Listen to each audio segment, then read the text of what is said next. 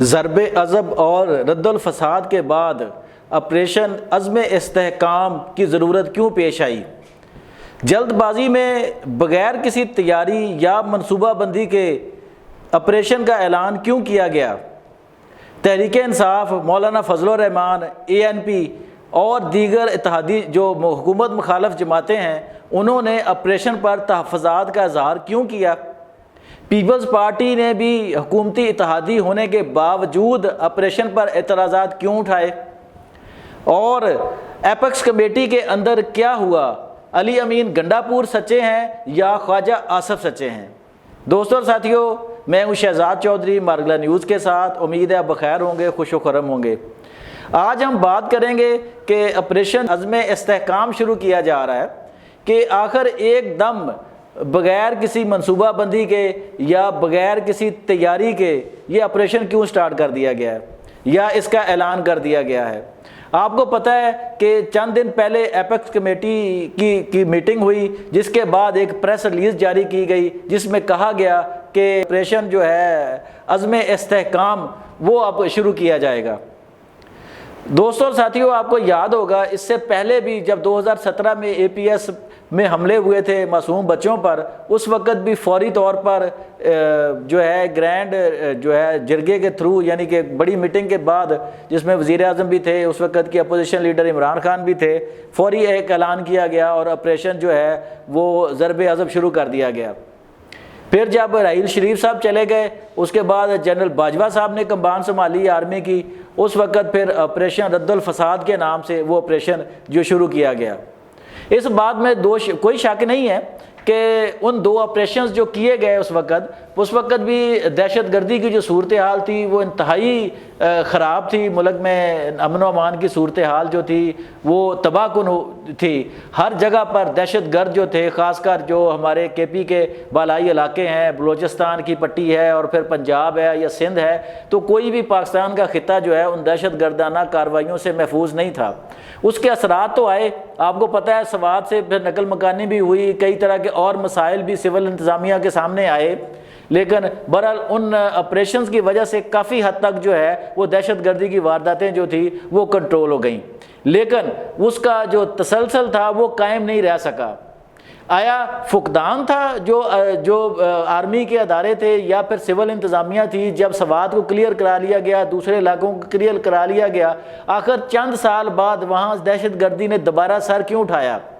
ایک تو یہ بات کہی جاتی ہے کہ عمران خان کے دور میں جو لوگ وہاں سے آئے کالا دم تنظیموں کے افغانستان میں واپس، ان کے لیے عام معافی کا اعلان کیا گیا، وہی اب دوبارہ سے درد سر بن گئے ہیں۔ تو اس میں بات پھر وہی نکلتی ہے کہ ہم جو بھی کام کرتے ہیں وہ یا تو جلد بازی میں کرتے ہیں، بغیر کسی منصوبہ بندی کے کرتے ہیں، اور بغیر پھر تسلسل کے جو ہے نا کہ ایک آیا چائے کی پیالی میں طوفان برپا کیا اور پھر اس کو بھول گئے۔ تو یہ ایک ایسا کام ہے جو تسلسل کے ساتھ کیے جانے کی ضرورت ہے۔ یہ 2-4 سالوں میں اس طرح کی جو جس کو دہائیاں لگی ہیں دہشت گردی کو پنپنے میں، یہاں تک پہنچنے میں، اس کو ختم کرنے میں بھی وقت لگے گا۔ اب ایک آدھ آپریشن جو ہے ان کے خلاف کر کے آپ بیٹھ جائیں، آرمی پیچھے ہو جائے اور پھر سول انتظامیہ وہاں پہ کام کرے، سیاسی جو وہاں پہ سیاسی کام ہے وہ کیا جائے، تب کہیں جا کے ہم کسی ٹریک پر چڑھیں گے، لیکن افسوس کہ وہ ہوتا نہیں ہے۔ تو دوستوں اور ساتھیوں، اب آپ کو پتہ ہے کہ پھر اس وقت دہشت گردی کی جو صورتحال ہے وہ انتہائی مخدوش ہے۔ اس وقت امن و امان کی صورتحال جو ہے آئے دن کوئی نہ کوئی واردات، خاص کر بلوچستان جو ہے KP ہے یا اس کے آگے کے ایریاز جو ہیں وہاں پہ پھر اسی طرح کی دہشت گردی جو ہے نا وہ جو پروان چڑھ رہی ہے۔ اب ایک تو یہ دہشت گردی تھی، اب آپ کو پتہ ہے ملک میں ایک اور بڑا جو ہے نا وہ چلن چل پڑا ہے کہ وہ ہے کہ وہ گستاخی رسول کے نام پہ، گستاخی مذہب کے نام پہ، گستاخی قرآن کے نام پہ جو ہجوم، جو جتھا اکٹھا ہو کر جو پرفارم کرتا ہے، لوگوں کے خود فیصلے اور ان کو جلا دینا، ان کو مار دینا، یہ ایک ایسا کلچر ہے جو اس دہشت گردی سے بھی زیادہ خطرناک ہے،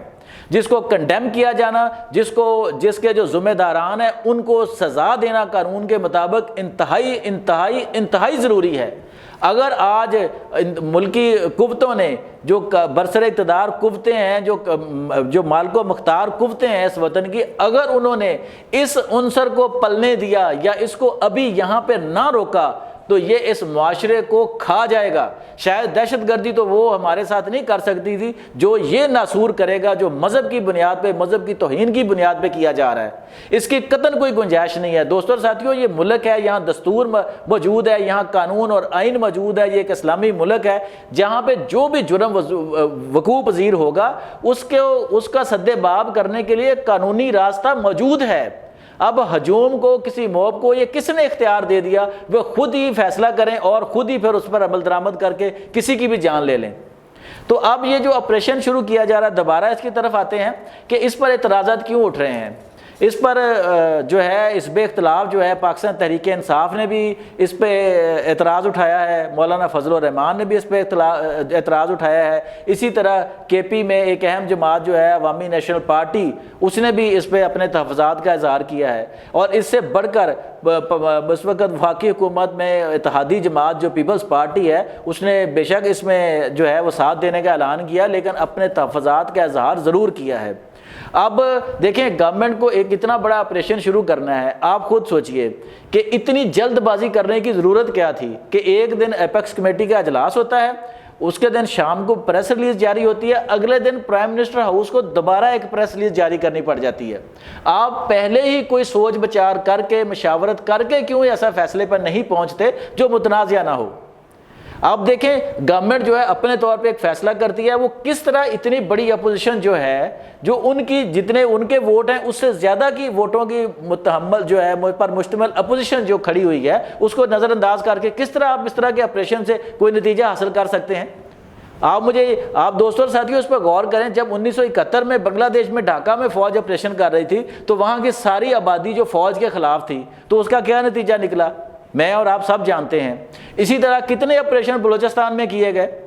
جس وقت وہاں کی آبادی جو تھی وہ ہماری فوج کے خلاف تھی۔ آج تک مجھے بتائیں کوئی ایک آپریشن جو تھا وہ سمر آور ہو سکا، بار آور ہو سکا؟ یہاں تک کہ آپ نے اکبر بگٹی کو جو ہے وہ اس کو قتل کر دیا جناب، لیکن کیا نتیجہ نکلا اس کا؟ کیا وہاں پہ دہشت گردی رک گئی، وہاں پہ امن و امان قائم ہو گیا، وہاں پہ معاملات جو ہے وہ سلجھ گئے، یا وہ پہاڑوں پہ گئے لوگ واپس آ گئے؟ ایسا نہیں ہوتا۔ فوجی آپریشن نہ تو کوئی مستقل حل ہے اور نہ ہی ہر مسئلے کا حل ہے، یہ وقتی ایک ایسی چیز ہے جس سے آپ ان قوتوں کو وہاں پہ لے آئیں جہاں وہ قومی ادارے میں شامل ہو جائیں۔ سیاسی جو سول بیوروکریسی ہے، جو سول انتظامیہ ہے، جو سیاسی جماعتیں ہیں، وہ آگے بڑھ کر کام کریں، وہ اپنا کردار ادا کریں۔ وہ کس طرح کردار ادا کریں گی؟ جب کسی ایک پروگرام پر ساری قوتیں، سیاسی قوتیں جو ہیں وہ اکٹھی ہو جائیں،